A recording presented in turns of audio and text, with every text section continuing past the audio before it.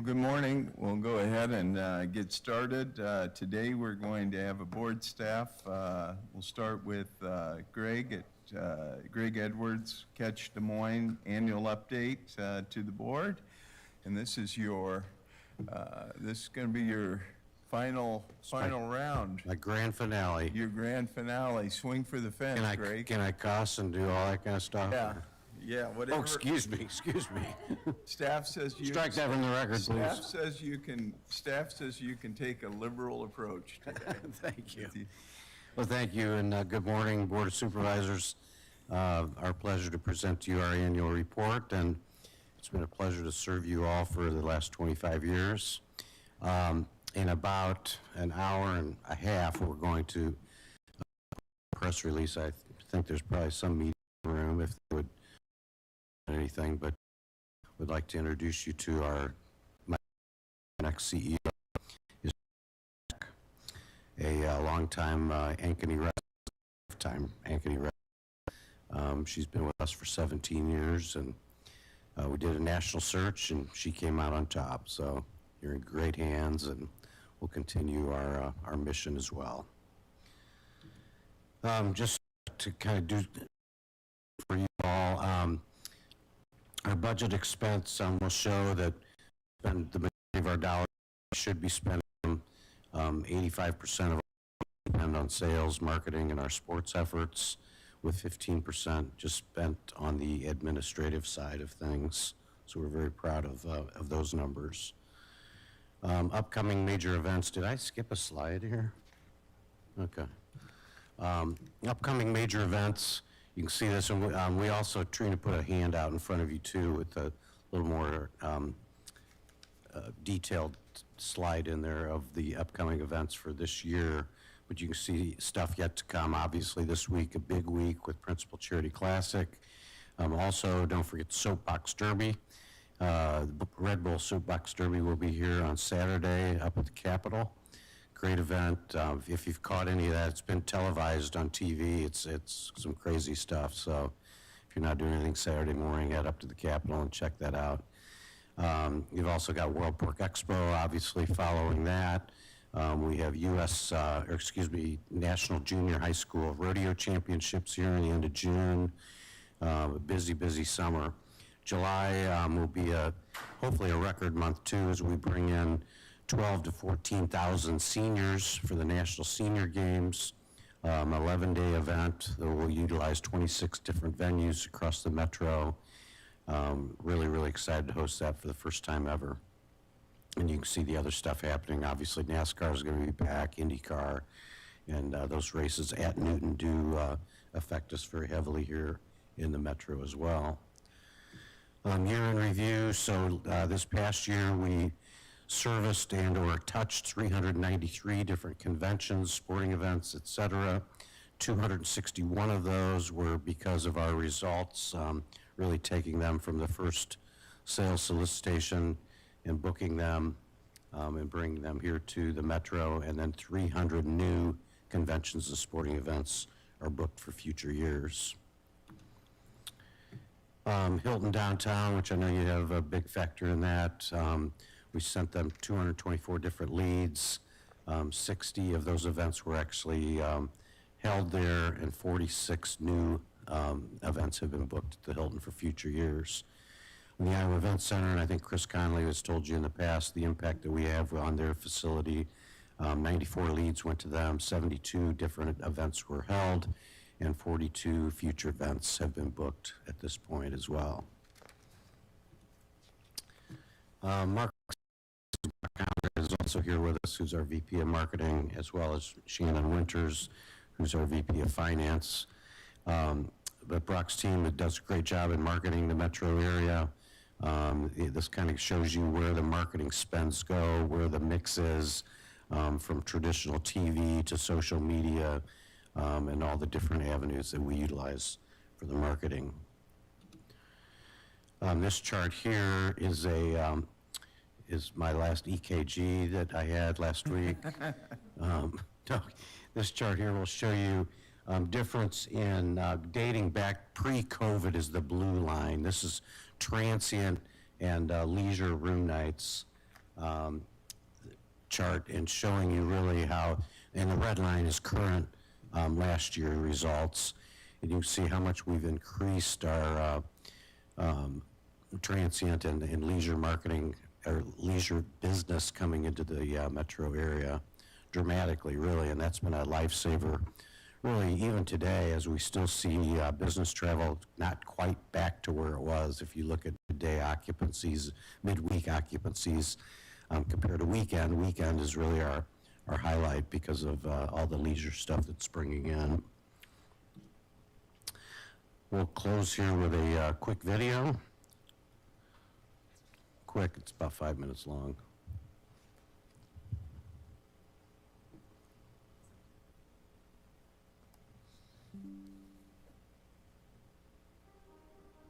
Our name is Catch Des Moines, and we sell serious fun. But dig a little deeper, and you'll find something greater. As the Greater Des Moines Convention and Visitors Bureau, we bring visitors to the region through events and leisure travel marketing, and our impact knows no bounds. Ever wonder how Des Moines lands such events as NCAA March Madness and National Speech and Debate? That's thanks to our year-round efforts connecting national meeting planners and selling them on what we all know. Des Moines is the real deal. And all those videos, lists, and headlines that paint Des Moines as the cool place to be, yeah, that's us too. Whether it's through economic impact, job creation, or enhancing the reputation of the region, visitors and events leave a lasting impression.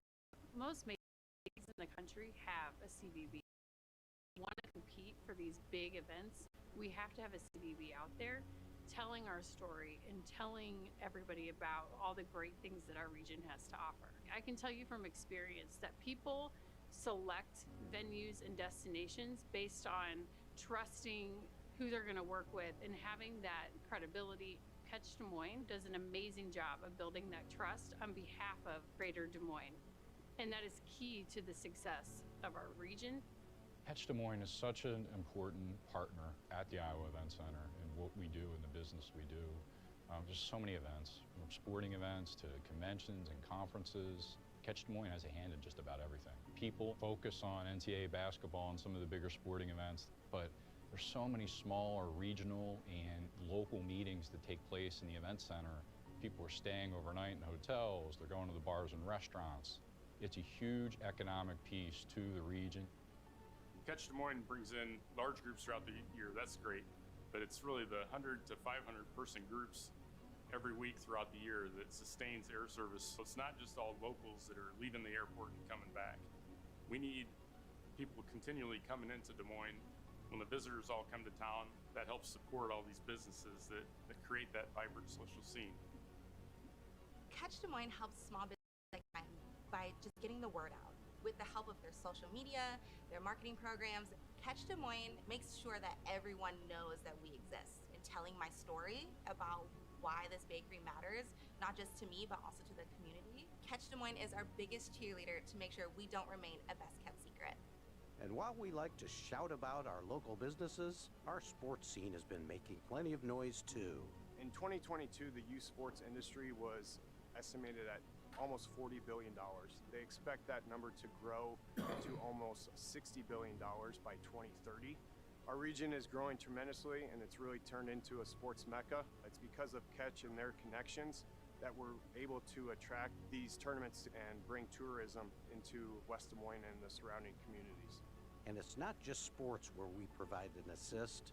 Catch sits at the head of the table when it comes to bringing in conventions and meetings too. So about 10 years ago, the superintendent of Waukee Schools and I had a vision for bringing the largest academic competition in the world to Des Moines.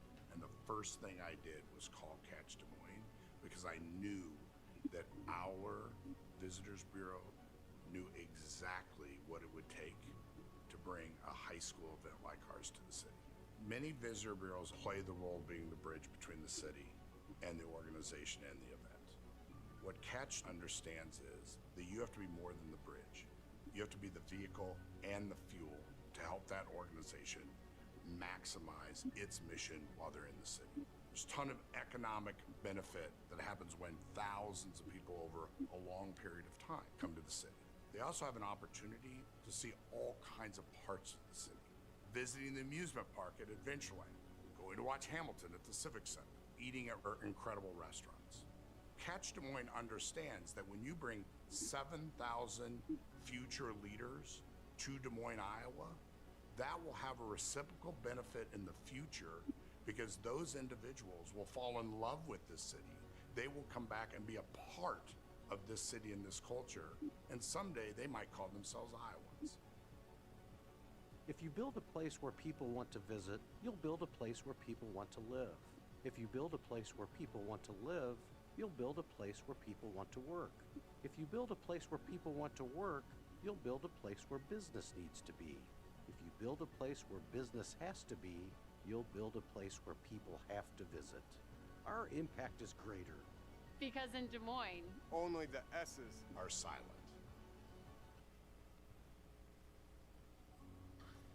On that, I'll be silent. I do want to also thank, is Angela on the line? Yes. I want to thank Angela Conley for her support in not only many years on our board, but also she was part of the search committee that ended up hiring Trina. So lots of hours and efforts went into that as well. So thank you, Supervisor Conley. Thanks, Greg. Any questions for Greg or his staff? Greg, would you just talk a little bit about changes in the funding model going forward and what you're anticipating, maybe what some of the risks are as you look to leave, but as we go forward, what are we up against as a region here with, what are you hearing? Great, yeah, I appreciate that question. Quite frankly, we hate it. We totally disagree with it. We understand that property tax has been an issue for cities and perhaps even Polk County. It will cut our budget by roughly $800,000. We're in a world today, as you guys pretty much know, with the event center stuff that we bring in, we buy a lot of business. And our competitive set out there, ranging from Tulsa to even the big cities, Kansas City, we look at Lexington, Kentucky, Madison, Wisconsin, Omaha, Nebraska, all of their budgets continue to rise. They're well over $5 million more ahead of us budget-wise, which obviously enables them to buy more business. So it's kind of a slap in the face to us as we feel that we are the organization that brings in and boosts this hotel motel tax. But, it is what it is, and I think it's going to pass through all the cities. So we have adjusted accordingly. Our budget's already set for next year. Give credit to these three here, Shannon in particular, our VP of Finance, who reworked the numbers and things like that, but it'll put us in a tough situation. Yeah, so when would this go into effect from a budget standpoint? It won't be next year's budget. It would be next year's budget. It would be next year's budget, because this will go into effect on July 1 on the fiscal year, yeah. Okay. So you'll have to make the adjustments to...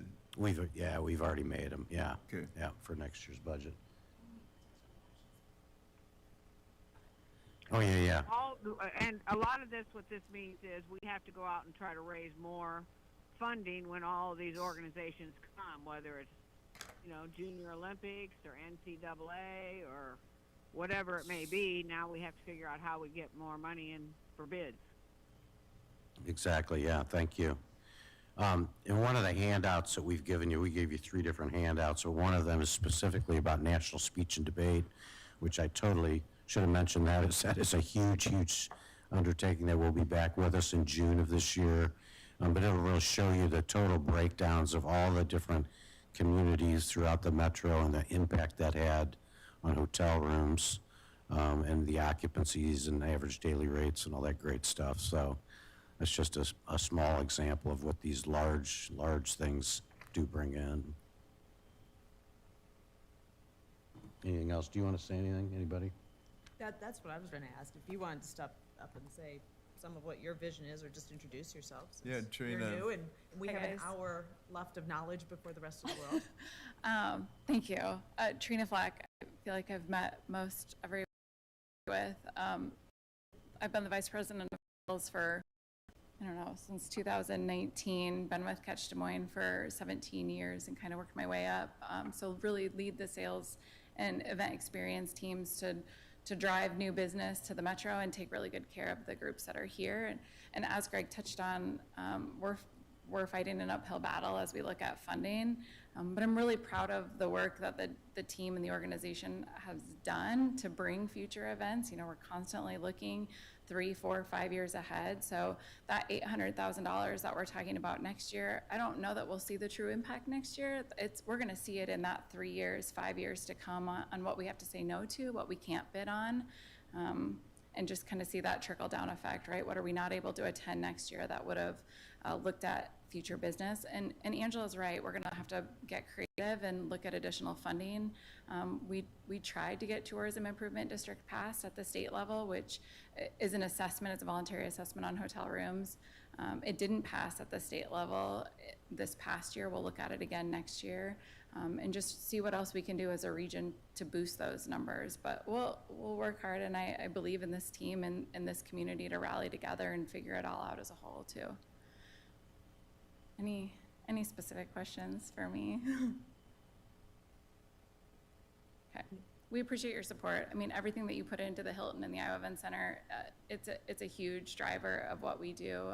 The more that we can grow that space, that region, that number of hotel rooms allows us to compete. So thank you. Well, congratulations, and glad to have you all today, and thanks for the update, and best of luck as you make the transition. So all the way around, thank you. Do you guys actually attend many of your events?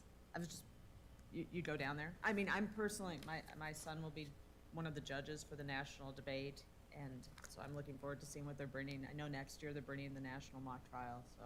Yeah. Everyone thinks of the NCAA, we're a little nerdier in our house, we think of some of these other areas, right? I love it. Thank you for attending any of it. And I will make that call out if you guys ever want to be a part of any of it. You can volunteer at rodeo, you can volunteer at Ironman, you can volunteer at National Senior Games. Region Debate's also looking for volunteers. So if you guys ever want to see any of it or be firsthand, we're happy to show you around or be there. Awesome, thank you. Thank you. Thank you. Thanks for being here. At this time, Nice job on your last meeting.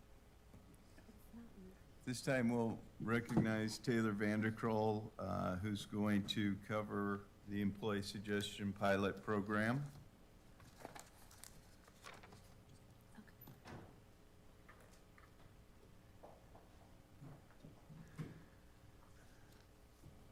I'm going to sit down because I'm too tall for the podium. So, my name is Taylor Vanderkrol. I'm an assistant to the board. I'm sure all of you know me very well. So I'm doing this presentation because in late February we had a resolution about it, and then there was some concern to have, I guess, greater dialogue on the subject. So presentation overview, what is an employee suggestion program, some examples of state programs that I thought were, looks like they're well run or are very detailed in their program, and then what we're looking at for the pilot program for Polk County. So what is an employee suggestion program? A program created to encourage employees to develop and submit ideas which will reduce costs and increase efficiency within an organization, and which will make monetary and other awards to employees whose reduction ideas are adopted under the system. So examples of some state programs, like I said, there's Iowa, but then the other three are kind of unique that I think will provide other suggestions beyond kind of what we're looking for as well. So Iowa's state government one, when a suggestion is implemented and results in a direct cost reduction within state government, the suggester shall be awarded 10% of the first year's net savings, not exceeding $10,000 certificate. A cash reward shall not be awarded for a suggestion which saves less than $100 during the first year of implementation.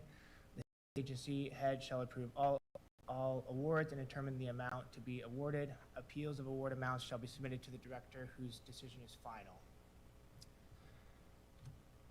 Washington State, this one's unique in that they have different tiers of suggestion.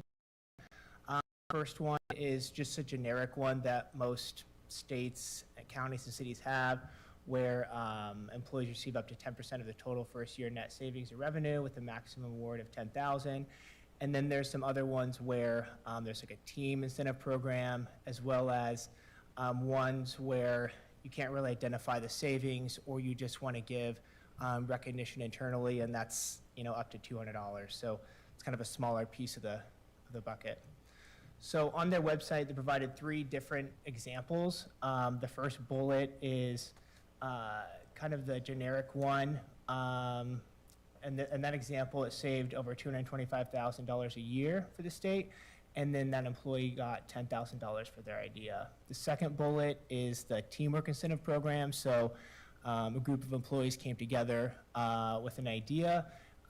It obviously was implemented, saved over $44,000 in the first year, and those 5 team members received a cash award, evenly split with about $1,700. And then the last one, Department of Corrections workers, they wanted to donate their coats to charities. And so there's not really a, savings amount for that, but I think it was still a great idea. So they earned $200 in recognition. California, this is the probably the earliest state program. It was created in 1950, and it's probably the most robust. So there's greater suggestions for that's eligible, not only just savings, but also ways to eliminate safety hazards and improve procedures. So their cash award range from $50 up to $50,000. So it's quite a bit of money. I don't think I've seen any other county, city, state that I've researched that goes that high. When it goes to it's up to $5,000 for agencies and departments. Anything more than that has to be approved by the legislature. The biggest thing is that the award is based on 20% of net savings and revenue. Nebraska, which is my favorite one when I was doing research, you may receive up to 10% the first year. That's very common, max award of $6,000. But the reason why I like the state of Nebraska is because when I was doing research, they have a great user-friendly website where when you submit a question, it's got like the FAQ down here, but what's nice with this one is this is something where I'd like Polk County to go in terms of an online survey. And then you just pick an agency, next, topic, what can be approved, describe it, suggestions, what's the results, attach any files you want. So I'm just gonna, just so we can get to the next page, just so you can see it. And then you submit all this, and then you hit next, and then that will basically be like the online submission form. So this is something where back in February when we were trying to do this by resolution, I was working with IT to try and find some type of online survey for employees, maybe through the employee portal, to make it really easy and more efficient on kind of the back end in terms of trying to put these into reports for consideration.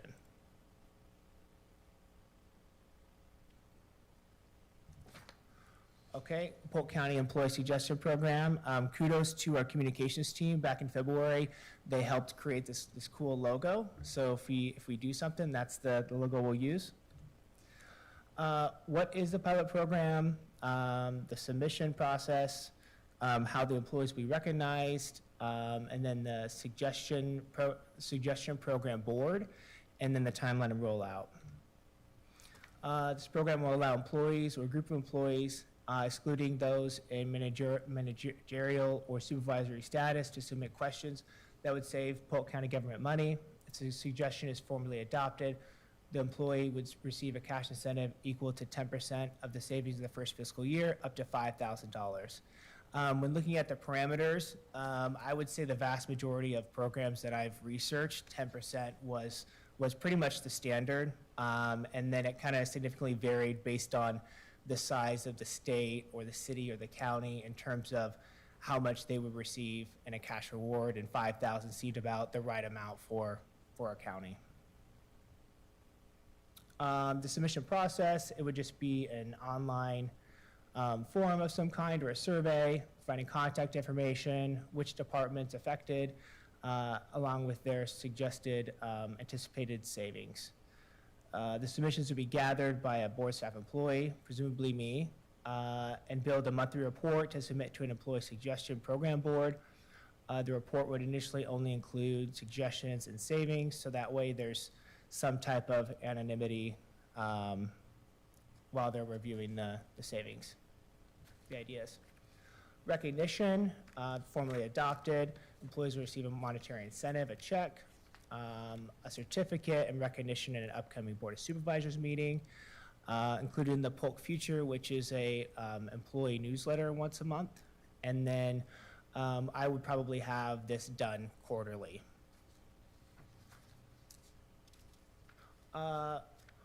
I was working with the interim county administrator and board chair in terms of, what they would like to see in the program board. And that's the list of what I thought would probably be the best group of individuals to kind of look over the different ideas before it's being considered by the full board. If you have any questions, please let me know. Timeline and rollout, looking at approving it at the next board meeting, that will give me, IT, and the communications team enough time to get this rolled up and ready to go beginning July 1. So that's kind of the timeline and rollout. It's a pretty quick turnaround. Any questions? Thanks for your presentation. Questions for Taylor at this time?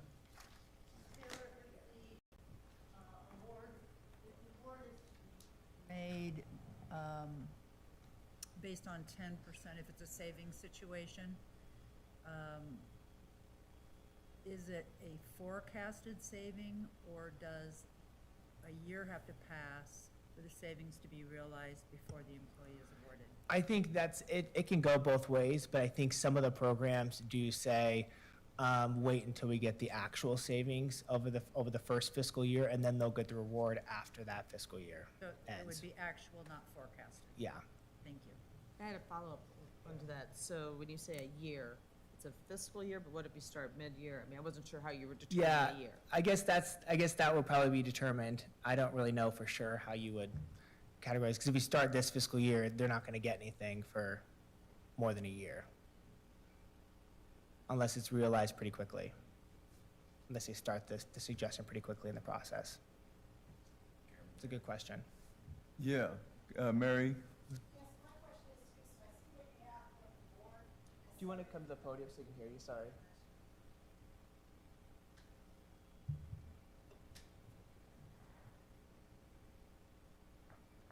That way the online people can hear you. Mary Wells, Polk County Treasurer. So question on the board that you have there, and so if I understand it correctly, anybody can make a suggestion for any particular area in the county. So this board is going to take a look at the suggestion itself, and does it go back to that particular area for them to determine if this is a feasible thing, or how are those areas involved? For instance, if somebody makes a suggestion that they want to improve something in the treasurer's office or not from the treasurer's office, but you guys feel that's a viable solution to do without involving that area, how does that play? I think that would be, the board would have conversations with that department to determine the feasibility. So are there SMEs going to be involved in any of this process? The what? Subject matter experts? I would assume so, yeah, to get more information on it. Okay. So I'll just add on to that, Mary. So if someone had, like, let's say I had a suggestion even for your office, you still have autonomy. So if you decided with your judgment not to implement that, that's up to you. So I think that there will have to be some type of roll-up for the idea to management, to directors, to elected officials to decide if it's even going to be implemented. Yeah, because you wouldn't lose your discretion through this program. that's great, because we already have a program in the treasurer's office. We do our Kaizen, and we're doing that where there's no financial award to that. So some people could come up even from my area, because there's a ton of suggestions already out there, and there are some monetary things. They would also be able to submit these things in this program to be considered for funding for some of the changes that we're implementing or trying to make. So there might be some things that are already in play that would be now considered for funding or for reimbursement if they win. That would be great. That would be a good thing. I would say the preliminary work that you've already done with Kaizen is probably going to put your folks way ahead of the rest of the pack as it relates to this, in a positive way. And so managers, and so leaders can't have suggestions, because I think there's still some good suggestions there too. But in there, it's non-managerial can make suggestions. Anyone can make a suggestion. It's just to be qualified for the incentive. The funding. We just didn't want a top-down program. We wanted a bottom-up program. So I think, and that's where I think most agencies have kind of gone to that, just to exclude, because you're already being compensated at a different and a higher, in most cases, a higher pay scale for supervisors and supervisory positions, managerial positions. So we wanted to make this more, the people doing the work in the field. And is there going to be trainings for this process? Because we take our people through like Kaizen training to identify, understand the risk, and go through that whole process. Is that what the 5 people that are going to be on the board do? As part of the rollout, I think that's going to be a big piece of it, just Okay. raising awareness and making people aware of it, and then obviously coordination with the unions, both the Teamsters and ASME as well. Just bringing those to their attention and making them aware of what's available. Because it's good to find efficiencies if we can anywhere. Yes, exactly. Thank you. Thank you. I don't have a question, Taylor. It's been more of a comment. First of all, it seems like you've done a ton of work on this, and I appreciate it. You've been really thorough in this presentation today, and thank you for that. My concern has been the same as it was from the very beginning. Is it seems like it could possibly have the potential to cause some dissension among some of the line workers, especially employees that are doing the exact same work and the exact same job classification every single day, and the person working next to them may end up getting more money than they do. I think it could pit employee against employee, and that's my only concern about it. But otherwise, appreciate your work on it. Taylor? Yeah. I'm going to echo Hawkinsmith. I appreciate the work you put in since it came to us last. In fact, sometimes when there's a delay, it just keeps getting better. And you found other states where they've been able to manage through this, including Washington and California, that I would anticipate have a lot of unions, right, and have been able to manage that. And I do hear you, Supervisor. Actually, after the comments you made at the last board meeting, I talked to different people in union leadership, and they said, no, we actually have, even within unions, we have programs that incentivize people that can bring new and innovative ideas forward. So I think we can work through that. I like the fact that you came up with an online survey middle process that's already established. Like, why reinvent the wheel? I think that just the information that you put together is much more thorough than before. Thank you for doing this. Thank you for coming to us. To me, it sounds like a good idea. The one question I guess I had, and I don't know if you have the information on it, is, with the states that have have implemented this, do they have an overall impact that they have seen as far as finding their efficiencies? The only information I got was from California, and they saved over 95 million. you And the could data save was us just a even few 10% years of old, that so back. it's probably more than 95 at this point, but it's been at least 95 from California. So one thing I will say, Supervisor Hawkins-Smith, is that in 1950, when California had started their program and they were one of the first, it was backed by the public union to try and get that done. So I don't know if that brings any perspective too. That's something that they wanted to. I would just encourage you, I think you mentioned it before, just to work closely with those organizations, so that would probably be extremely helpful. Mhm.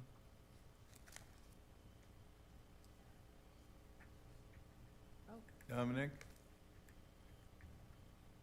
I'm here on behalf of ASME 1868.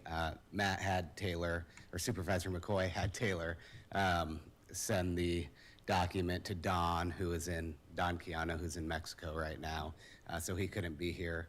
I think from a union perspective, one of the concerns we had, or one of the asks we had for the board was to have some say on the ESP board, at least as it affects ASME covered departments or positions, whether that be a voting member or a non-voting member, just so we could have a seat at the table to ensure that, you know, the operational efficiency continues for the employees as well as management. And I think to piggyback on Mary Wells' comment, I think that the labor management meetings, the union feels those are important, and we've been pushing to bring those back. I don't know how long they've been on pause, but as a way to continue to save money. So our ASME's request right now would just be to be included on the ESP board in some capacity as it affects ASME members. Thank you. Thanks, Dominic. I think that's a great suggestion, and certainly something we can implement, I think, to make sure that there is representation on the board that ultimately determines what ideas to go with and measures the savings. So thank you.